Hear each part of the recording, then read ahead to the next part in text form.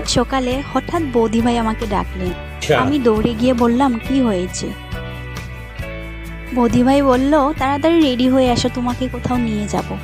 আর আমি তো একদম ভাবছি ঘুরতে যাব, কিন্তু এখনো তো আমার ঘরের সব কাজ পড়ে আছে। যারা গ্রামের বাড়িতে থাকো তারা হয়তো জানো যে গ্রামের বাড়িতে অনেক কাজ থাকে, আর আমার মাও নেই, তার জন্য আমাকেই সবকিছু করতে হয়। তারপর ভাবলাম আগে কাজ তারপর ঘোরা। আর জানো তো মাত্র আধা ঘন্টার মধ্যে আমি ঘরের পুরো কাজ করে নিলাম। আর আমাকে কেমন লাগছে বললো তো, আমি তো রেডি হয়ে গেছি।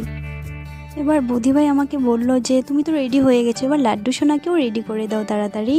আমি মনে মনে ভাবলাম আবার লাড্ডু সোনাকেও রেডি করব, ঠিক আছে করে দিচ্ছি না হয়। তারপর ওকে সুন্দর করে আমি রেডি করিয়ে দিলাম। আর একটু কাজ ছিল,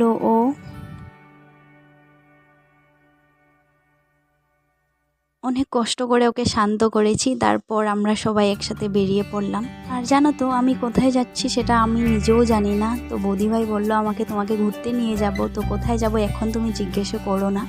তো তার জন্য আমি ওদের সাথে বেরিয়ে পড়লাম।